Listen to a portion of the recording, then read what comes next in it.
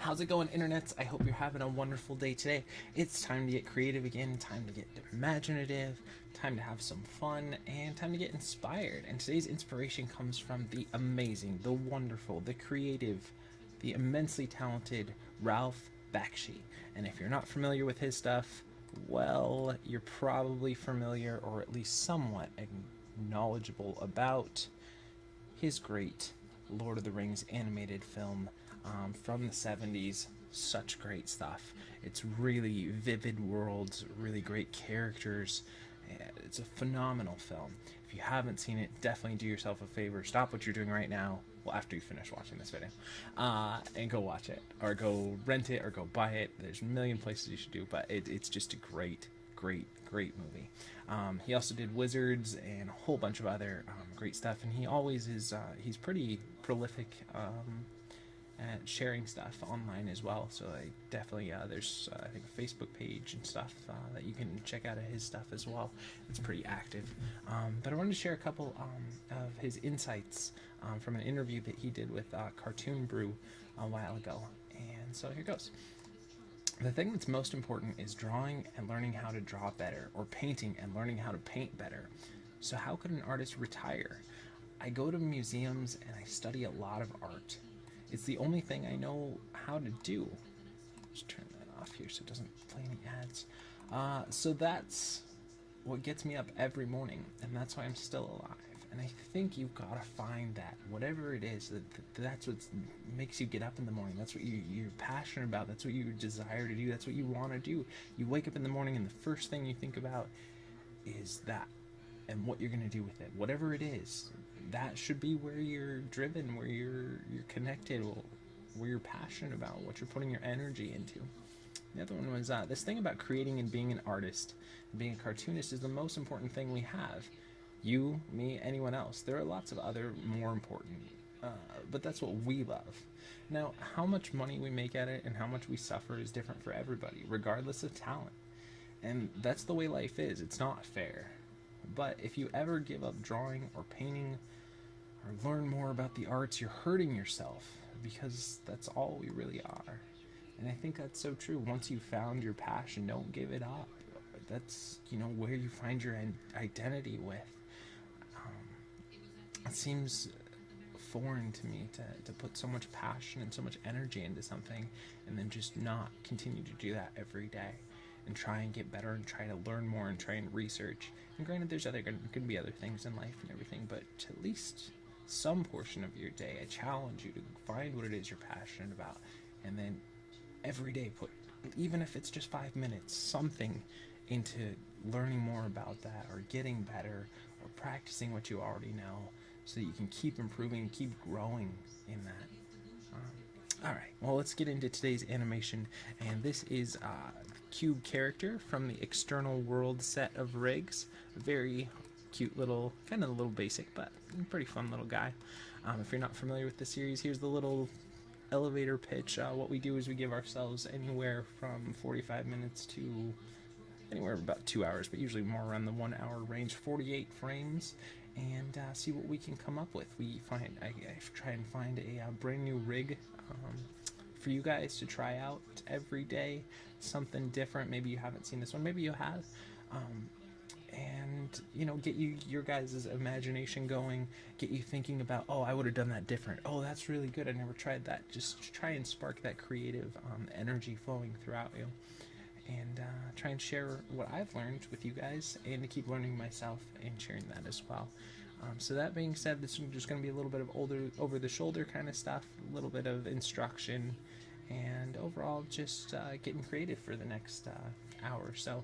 So join along with me. I hope you guys are having a wonderful day, and don't forget to share back if you learned something, or if you ended up using this rig and you created something great yourself. I'd love to see the amazing stuff you guys are coming up with, because I'm sure you're all super awesomely talented and are amazingly creative. Alright, that being said, let's get in here and let's get started for today. So first thing I usually do is create a polygon primitives cube, just so I have some sort of floor with which to start from. And then let's get in trying to create, what kind of a pose should we do with this one? I was thinking a double bounce would be fun for this guy, but maybe we could do something different. let's see.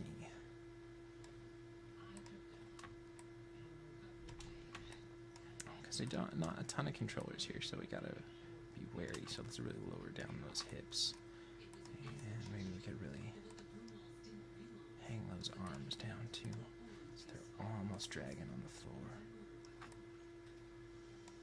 Maybe a little bit more.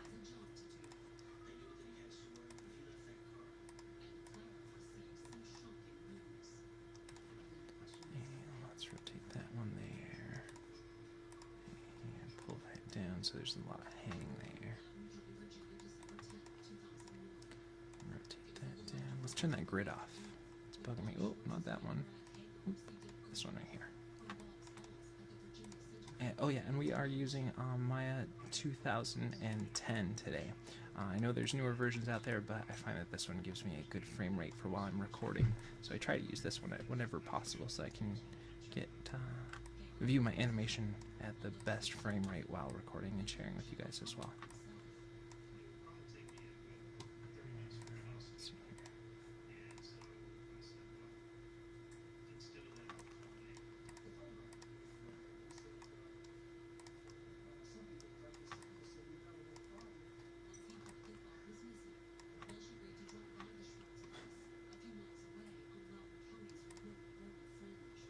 Do something like that. We want to try and get some sort of a silhouette going here.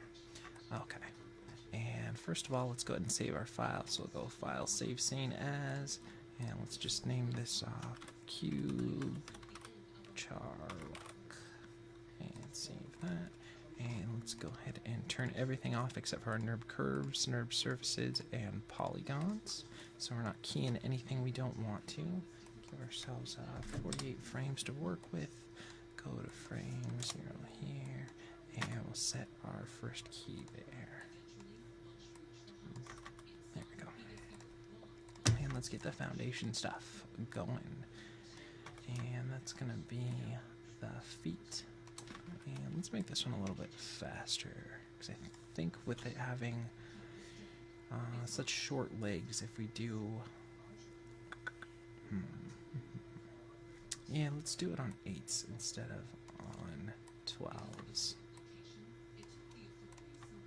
Maybe we'll readjust it later, but for some reason I'm feeling like that will be a better timing for me to work with.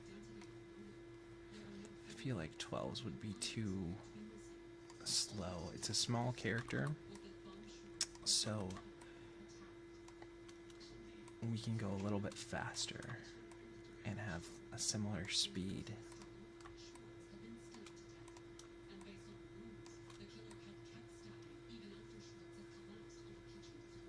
Because if you watch, like, I know this is something that I've experienced in my life.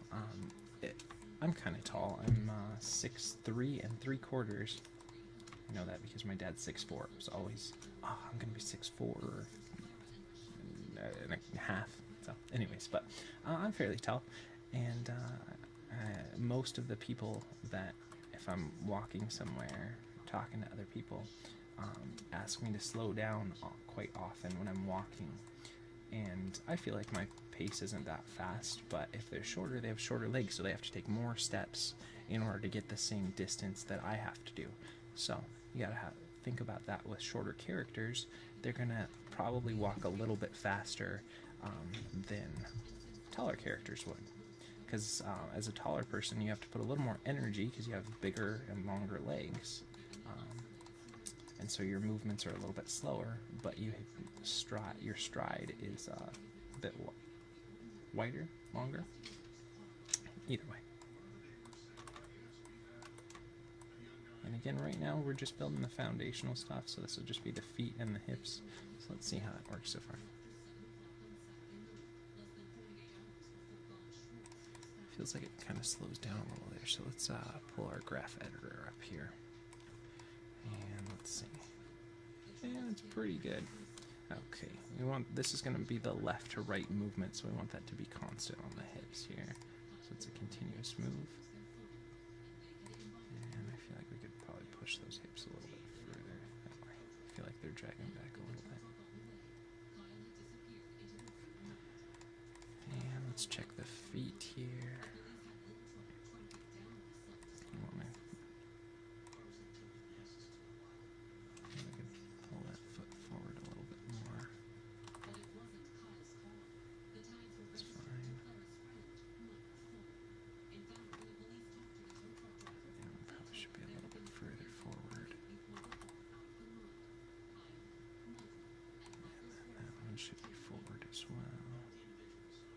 Just want to try and preserve that little bit of space between the steps if we can here.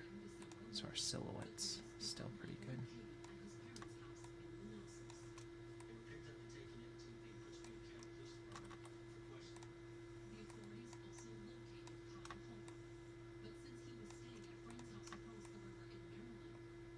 Let's see.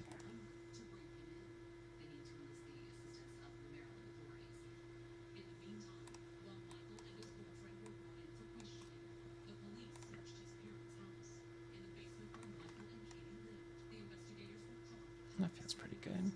Okay, let's go ahead and save our file here. And let's go ahead and get those passing positions where the foot raises up. Locked in. So let's raise that up. And go ahead and plant it back down. And let's just go ahead and make sure that we just are keying our positions we already did for our contacts for when the foot leaves and goes back, so that way we don't have to go in and redo the Y values there. Let's raise that up. And set there, set there, set there, raise that up. Set there, set there, we'll raise that up. Set that, and we'll raise that up.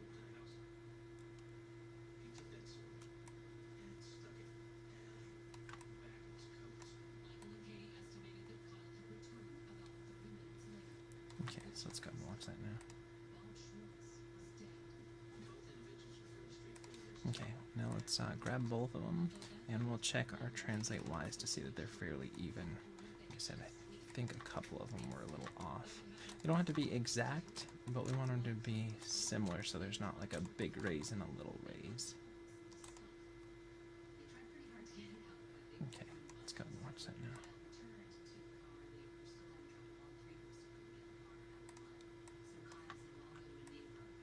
Okay, let's go ahead and check the translate Z. I feel like that one could be a little bit further forward.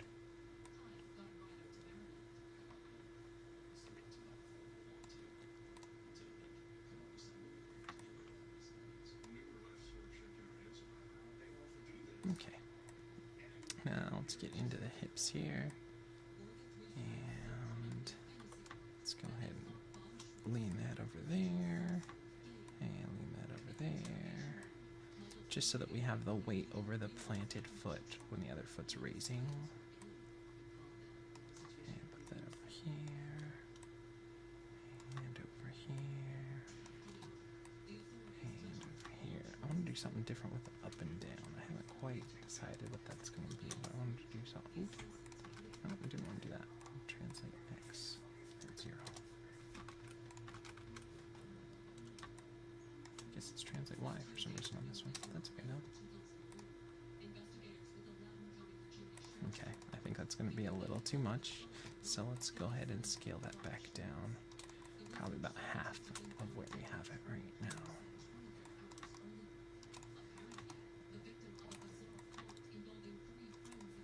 You should go watch Wizards, by the way. It's a great movie by Ralph Bakshi as well. I don't know if I mentioned that one yet, but that one's really cool too. I like the structure that he gives his characters. He makes the anatomy feel realistic, but the characterization of his characters is definitely very animated. So I think it's a cool blend that isn't really done a lot these days anymore. You really have like over cartoonified characters or like really rigid ones, but that nice blend of a little bit of anatomy in there with some overly exaggerated features, I think is really a nice way to do his stuff. It's kind of, I don't know, I personally am drawn more to like a 1970s or 1980s style of animation of the like Mobius and Miyazaki and Ralph Bakshi and all that stuff, where there was definitely, you know, cartoon elements and, you know, over it's not too realistic, but it has some grounding in realism that I feel like a lot of the anime stuff today doesn't have as much of that anymore. It's just kind of all going around in that stylized fashion where everyone kind of has their own unique style to it. But I kind of feel like we hit a wall where, well, this is the acceptable popular style right now, so people just work within that style rather than everyone kind of having their own unique voice when they create stuff. That was really kind of cool during the 70s and 80s. Now, that being said, I love a lot of current stuff. I really do. I just wish that there was more varying styles instead of having like 3 main styles and everyone is their unique version of that style is just like a 1% or 1 degree different from those 3 main styles. But I love how much more mainstream animation is, so that there's tons of animated movies all the time. It's really nice.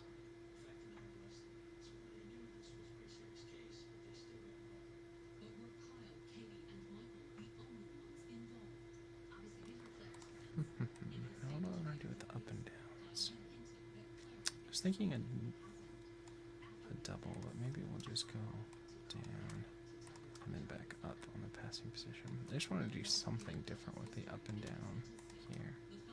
So maybe we'll just kind of reverse it where the hips go down as the foot raises, which isn't typical in a vanilla kind of neutral walk. The hips would usually raise up to allow for that foot to raise up as well. And maybe a frame or so before, but let's see here. Yeah, it feels pretty good. Now let's go ahead and clean that up. And I think that was translate X on this one. Normally the up and down would be Y, but every rig's a little different, and that's kind of what I enjoy about sharing different rigs with you guys, is it gives a different challenge, and you have to instantly like adapt to whatever the rig has to offer, and it creates another little challenge and a different way to look at stuff, and so that you don't get too stuck in your animation ways. I can't approach every scene always the same because the rigs are all different. I think we'll do kind of a 3/4 view for this one. So I feel like a side view is too bland and straightforward. And it's not bland, it's just it doesn't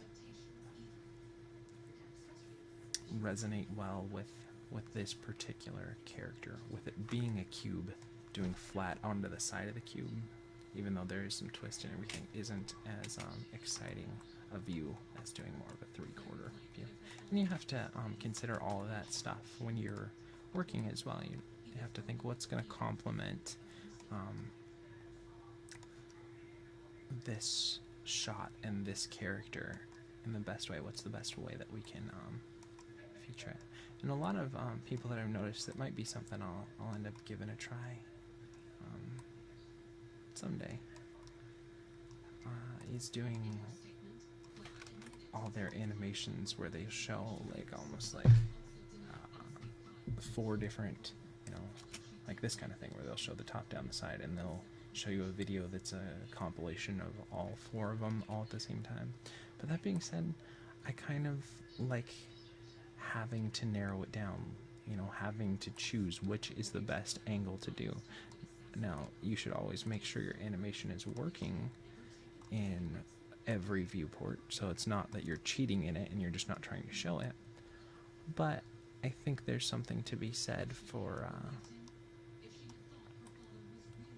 picking one rather than just showing every angle. It's a choice then, and it's an artistic choice for what it is.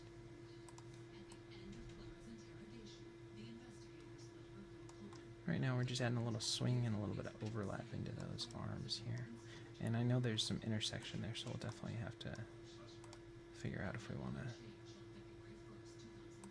I think what we'll do is we'll just, maybe we'll try this. let's grab this shoulder here, and this depends on how the connection is here. But what if we... Okay, that's not gonna work, right?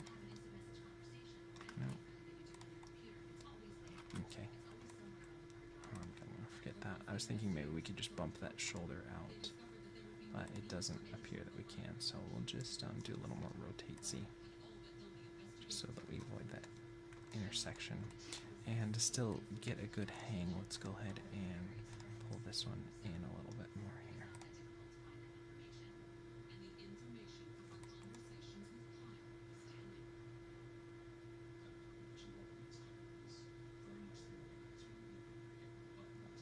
Yeah, that's working pretty well.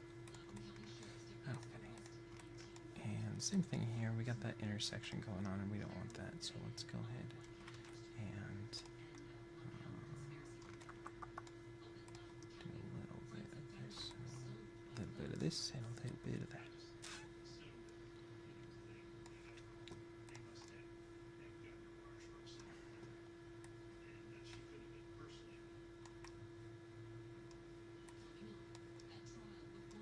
Might be too much swing or rotate Z on this arm because I'm not liking how this one is set up compared to the other one. I feel like the other one was more successful.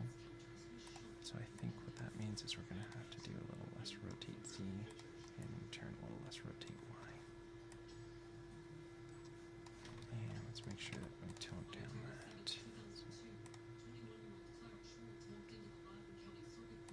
And let's go ahead and get this guy swinging. Rotate Y, and rotate back. And we've got some really hanging arms. These arms, we want those to feel really like they're weighty and also like they're draggy a little bit too.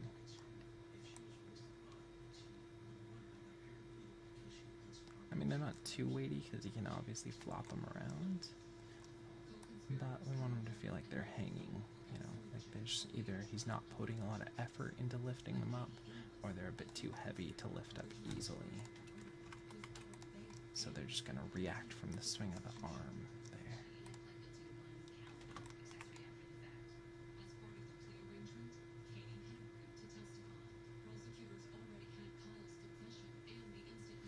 And let's go ahead and compare the swing between the two arms and make sure that those are kind of similar here. It doesn't have to be exact. We don't want one arm to feel like it's really going and the other arm to not, so let's get our graph editor in here. Because there's not a lot of controllers on this one, we gotta see what else we can add in here to definitely spice and push this animation a little bit more as well. So let's go and see. And let's find a good balance between these two arms as well. So you can see there's some that are bigger and some that are smaller swings. And that doesn't mean that we can't have some variation in there, but to try and keep find a good middle ground between the two, make it feel more natural. Now that being said, if we wanted like him to have a sore arm or a more prominent arm for whatever reason, we could definitely play up one over the other. But for this one, not really the idea that we're thinking of. I feel like there might be a little too much, I think it was rotate X here. So let's go ahead and scale that back. Normally it's the rotate Y that it would be.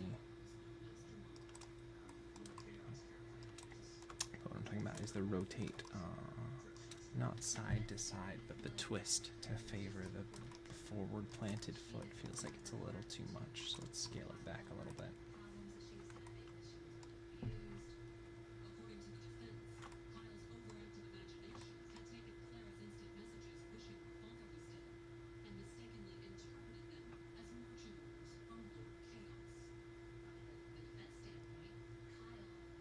Maybe we could do a little more rotate Z, just a little bit more.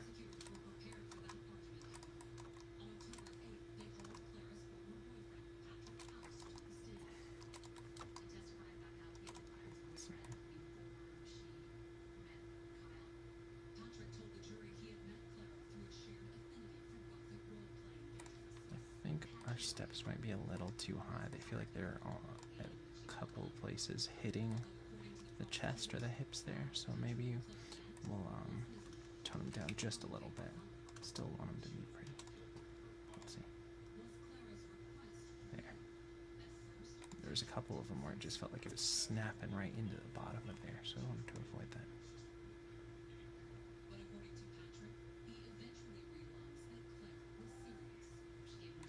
And maybe a little more up and down on the hips. Let's try again that. Which is translate X, not the translate Y on here.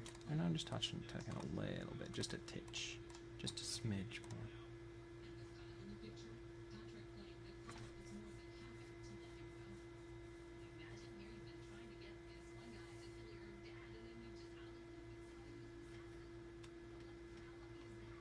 Okay, let's see if we can do a little bit of rotate on these steps here. Just something so we can get a better change of shape here. Let's see, what does this look like here?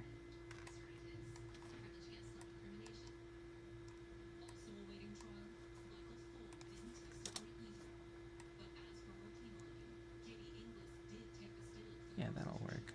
See, we got a little bit of like kind of drag back there, and then a little bit of lift up. Even though it's not exactly a toe, it kind of gives us a little feeling like there's some change there to simulate maybe a toe.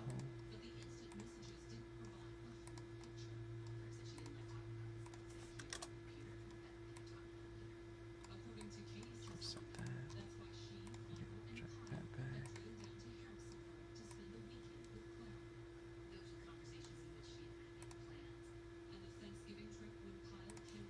Maybe we'll tone it down. We'll have to kind of watch it from a different angle as well and see if it's working there.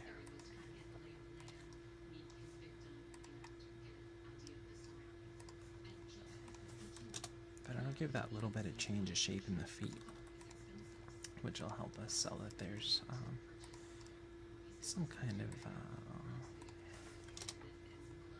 squash and stretch or fleshiness to them. Even though I realize that this is all just cubes, we still want to try and get those feelings in there. If we can, it'll help sell that it's like kind of a living creature.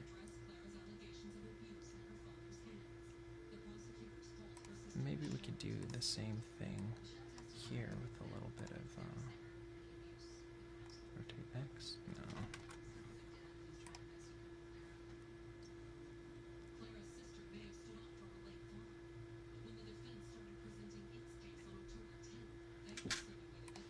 Okay, let's go ahead and save our file here.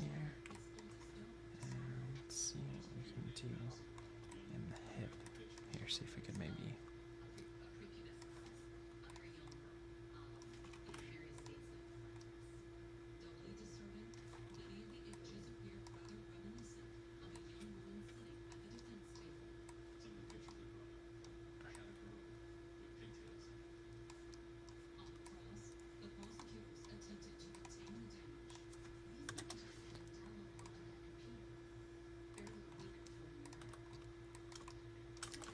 See if we can use this hip controller different from the root and maybe delay it a frame just to give us a little bit of texture in those hips. Let's do a little bit of rotate Y here. I'm sorry, rotate X for this rig, which is just the lean into the forward planted step there. And again, if we could just do, we don't need a lot here, but maybe a little bit so the root can hit and then the hips can hit a frame later or 2 frames later. I might just add that little bit of texture to it. And like, I think I've mentioned this before, but it's a good way for me to at least think about texture and animation, is to think about it like food. And when you're eating a meal, if everything is like when let's say you're sick and all you can eat is mashed potatoes and Jello. Even if they're delicious mashed potatoes and delicious flavors of Jello, everything's gonna feel the same, But if you think about when you go to your favorite restaurant and you get like some nice big plate of vegetables and get your mashed potatoes on one side, and then you get your main course, whatever it is. There's some different varieties. You know, you have like maybe some crispier carrots and some mushier mashed potatoes, and then like a meat that you have to cut through, and all of that gives a little bit of different textures. And then even if you eat them all together, like a big bite, everything has a little different texture. And to try and think of that in animation terms, you want to try and get so that your timing isn't everything's all on the same frame, and everything doesn't move at the same exact speeds, but trying to get just a little hint of some variations through that is going to help bring your animation to that next level.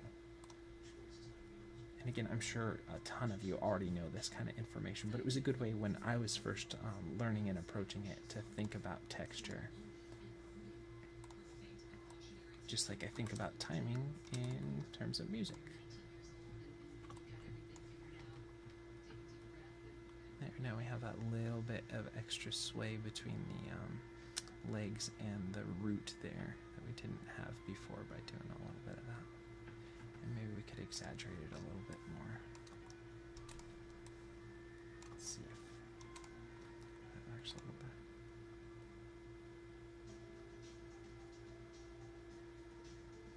And maybe a little bit more up and down.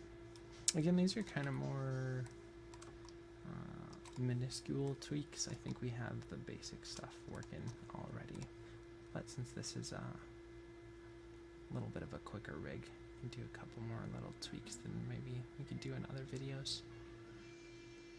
But yeah, I think that's working pretty well. So let me know down in the comments if you use this rig to make your own creative video.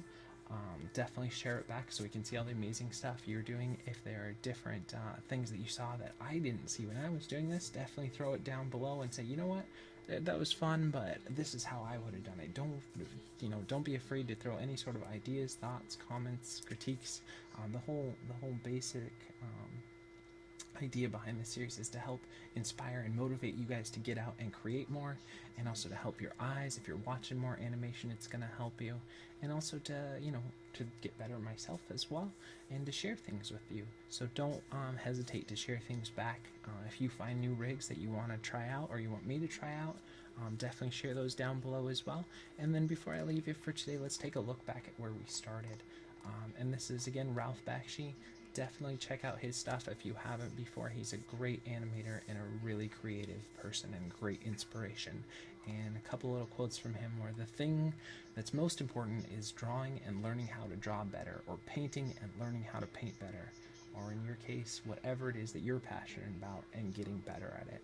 So how could any artist retire? I go to museums and I study a lot of art. It's the only thing I know how to do. So that's what gets me up every morning, and that's why I'm still alive. So find your reason to get up every morning and find your reason to be alive. This thing about creating and being an artist and being a cartoonist is the most important thing we have. You, me, anyone else. There are other things more important, but that's what we love. Now, how much money we make at it and how much we suffer is different for everybody, regardless of talent, and that's the way life is. It's not fair. But if you ever give up drawing or painting or learning more about the arts, you're hurting yourself, because that's all we really are. And I think that's a great way to leave you guys for today. Thanks for watching. Thanks for liking and subscribing. You're amazing. You're wonderful. You're so creative. I really just challenge you to go out and do something today. Go out and create something. And learn and grow. And definitely share whatever it is that you're creating back here, so that we can see all the amazing stuff you guys are coming up with. Alright, that being said, thanks again for watching, everyone, and you have an amazing, wonderful weekend. And we'll see you tomorrow for some more animation.